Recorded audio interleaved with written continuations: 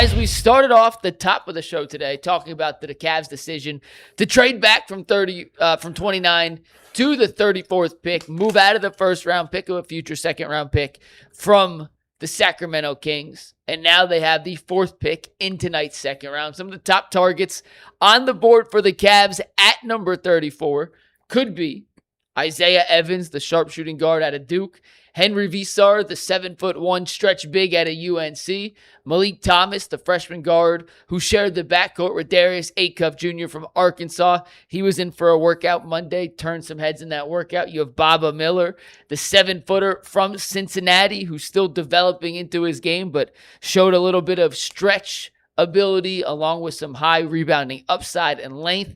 You have Trayvon Brazile, the super athletic forward from Arkansas, or Nick Martinelli, the Big Ten's leading scorer at Northwestern. Those guys, one of them at least, is guaranteed to be on the board for the Cavs at number 34. Jason, if it's not one of these guys, feel free to add another name to the mix. But which of those do you think is the most attractive name to Cleveland when they hear their name on the clock with the 34th pick tonight? To me, it's Veesaar, because they need size and depth in the front court. And here we are talking about, potential Evan Mobley trades that would even add more to that. Just a guy who, a little bit older, I think he's 22, and adds some much needed size. He could immediately become, the top big behind Jared and Evan. Let's assume for a minute that the front court remains the same. He fills a need for them. And, it's hard with as good as the Cavs are, as good as the roster is. It's hard at this point to find guys who can make an immediate impact, but I think he could, just because of what he brings is exactly what they need.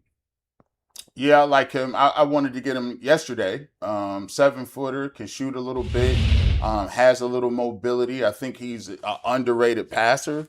I actually like the way he finishes around the basket. And, you think about who you got. You got Bryant. Is he still under contract? No.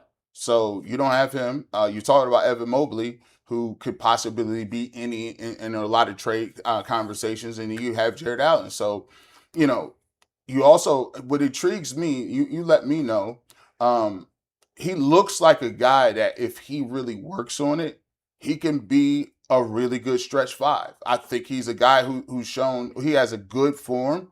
It looks like he can be able to knock down some open shots, McNugget. So, I don't know if that's part of his game right now with North Carolina that's being featured, but from what I see, he has the fundamentals and raw tools to be able to be a shooter that can knock down that shot at a high level in the league. Dustin, who do you like? I mean, listen, I like guys that played for programs like Veesaar at UNC. Evans played at Duke. I mean, I like guys that play for the Blue Bloods who come in. They've been coached hard. I like the fact that Veesaar's played 3 years of college basketball too. Mm-hmm. I think that's something that intrigues me, because I like guys coming into the league who, again, we're talking about a second round pick. Like, you're talking about a player who may be a few years away from playing, especially if you're younger. This guy has played, he's going to be 4 years removed from college essentially, and I think he'll be ready, like as you said, Mike, ready sooner rather than later to play, as opposed to some of these other guys who only played a couple of years or a year in college. I watched Brazile play. I know him a little bit. Baba's interesting, but I mean, these are guys who are second round picks for a reason. They're not perfect players. They're not perfect prospects. There are flaws to whether it be size, whether it be athleticism, shooting, what have you. They're not perfect. There's a reason they're not in the lottery. But you've got me intrigued with the Veesaar talk, Mikey. Yeah, he fits. He makes the most sense. I was fully on board with him as the 29th pick if Cleveland pulled the trigger on him there. There's a chance he's not available at 34. He could be the first, one of the first picks of the second round, considering how highly some people looked at him. And I will be a little disappointed if he's not on the board at 34, because I understand the financial implications of trading back from 29 to the second round, picking up the future assets. I get all of that. But I think Veesaar's a guy that could fit in right away from day one and make an impact. Just a quick scouting report on some of the other guys. We mentioned Isaiah Evans, a guard from Duke, sophomore, played the last 2 seasons. He was their best three-point threat this season. But he's a guy that when I watched personally, and I'm sure you guys all have someone like this, you see the skill set and you always leave saying, I wanted more. Like, why doesn't this fully click? Something's missing. I don't know what it is. I can't put my finger on it. On the stream last night, I asked people in the chat, hey, who's this player for you? They all said Evan Mobley. So I had to eat a little bit of humble pie on that one. Well played by the chat. But that is how I feel about Isaiah Evans. We've talked about Veesaar. Meleek Thomas was a freshman guard at Arkansas, shared the backcourt with Darius Acuff Jr. He's a guy that can really shoot the ball. Really feathery touch from the mid-range. The issue with Meleek Thomas, he doesn't get downhill a ton. And if you want to play these clips, Steve, you'll see he's a shooter. A guy that can really shoot, doesn't get to the rim a lot. I know it's ironic that the first clip is him getting to the rim, but and he's back at the rim again. Overall profile on Meleek Thomas is he's back at the rim. He's a guy from three, gets downhill, lives in the mid-range, doesn't have a ton of size, but a guy that can really shoot the basketball, a guy that can create. And playing alongside Darius Acuff in college means you have to learn how to play without the ball, right? Acuff was a guy that dominated, had the ball in his hands a lot, and had tremendous success with the ball in his hands. So Thomas was a guy that found ways to play off him. Trayvon Brazil is a guy we mentioned yesterday. Another guy that played at Arkansas, elite athlete.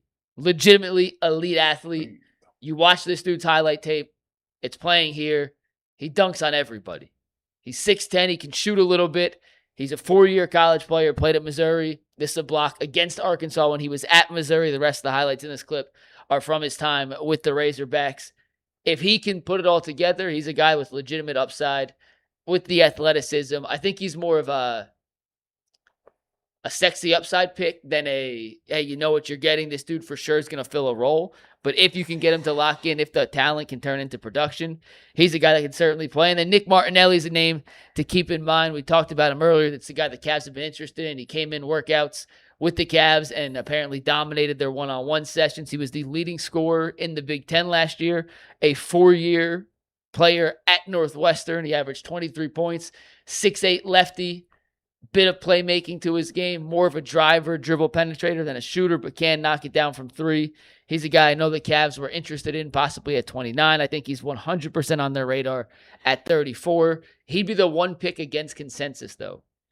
If they take him at 34, that'd be about 15 spots higher than the mock drafts, than the big boards and the player rankings have Nick Martinelli. The other 4 guys we mentioned are all in that 19 to 33, 34 range in terms of the big boards.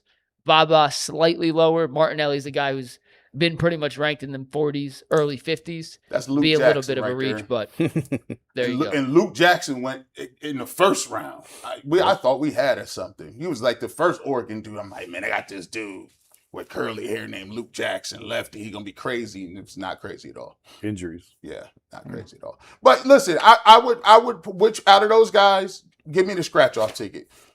He ain't got to be the best now. So you take Brazil then?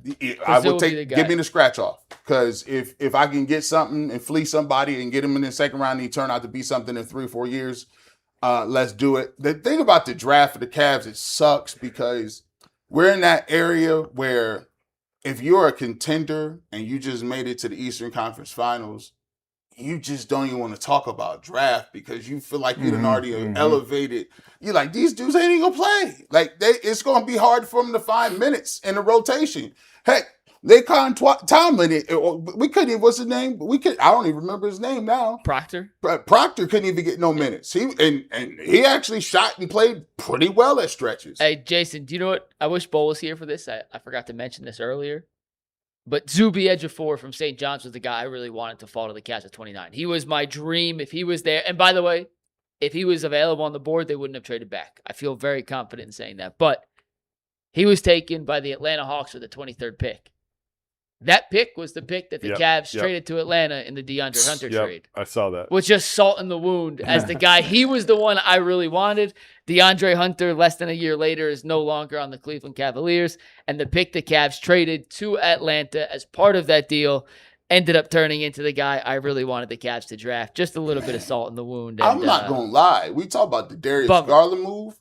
The Darius Garland move is whatever. What really hurt the Cavs was the DeAndre Hunter.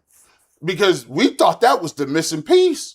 Like, we thought that was it. We done upgraded from Karis LeVert. We good. We got DeAndre Hunter. Then he was shooting the ball like lights out.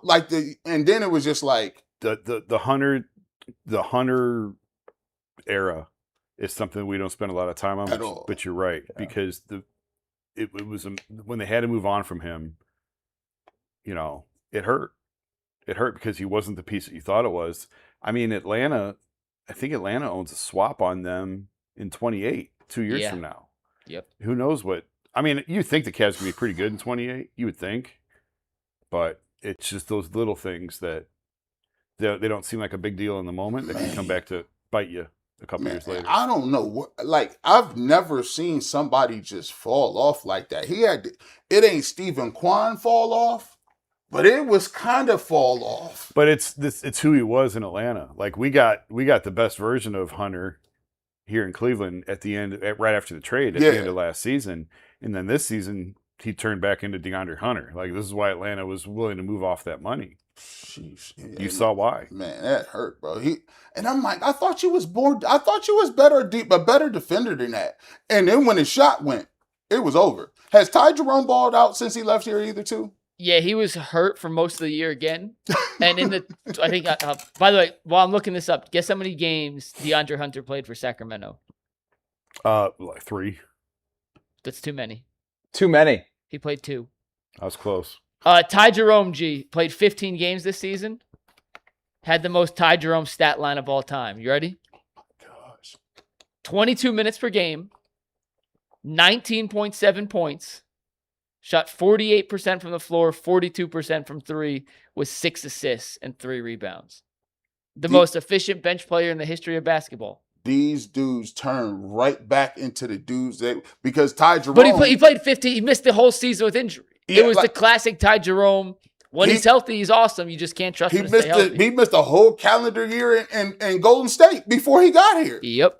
That's crazy. Yep. They just best friends. They turn right back into who they was, bro. Yeah. We are going live tonight. I will be live 8:10. I'm firing up the stream. 8:10 will go until the Cavs make a pick at pick number 34. And if they trade back, I'm telling you, I'm turning off the stream and we'll just talk about it on Thursday on UCSS. I can't do it again. I can't do it again, and I won't do it again. But we will be live 8:10. Stream goes live for the first pick of the second round, and we will go through the Cavs' second round selection.